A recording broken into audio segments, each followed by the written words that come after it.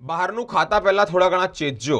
હાલ અત્યારે એવો સમય ચાલી રહ્યો છે કે ઘરે જ્યારે શાક બનાવવાનું થાય ત્યારે અલગ અલગ વસ્તુઓ જેની પાછળ મહેનત લાગતી હોય છે તે ગૃહિણીઓ એટલે કે માતા અને બહેનો અલગ અલગ જગ્યાથી અલગ અલગ વસ્તુઓની ખરીદી કરે છે. જેમ કે લસણની પેસ્ટ છે, આદુની પેસ્ટ છે. તો મિત્રો એક એવો વિડીયો ખૂબ વાયરલ થઈ રહ્યો છે કે આ તમને જોઈને ખાવાનું જ મન ન થાય. વડોદરા શહેરના એવા ઘણા વિસ્તારો છે. એવા વિસ્તારોમાં ઘરગથ્થુ ઉપાયથી જ લસણ ફોલવામાં આવે છે, સાથે જ આદુની પેસ્ટ કરવામાં આવે છે. તો આ તમામ બાબતે એક વિડીયો વાયરલ થતાં જ ચકચાર મચી જવા પામ્યો છે. વડોદરા શહેરના ઇન્દિરાનગર, હાથીખાના, તુલસીવાડી, તાંદલજા સહિત વિસ્તારોમાં મહિલાઓ ઘરે બેઠા લસણ ફોલવાનો વેપાર કરી રોજીરોટી કમાય છે. પરંતુ આ કામગીરીમાં તેઓની પદ્ધતિ સ્વાસ્થ્ય માટે હાનિકારક જણાય છે.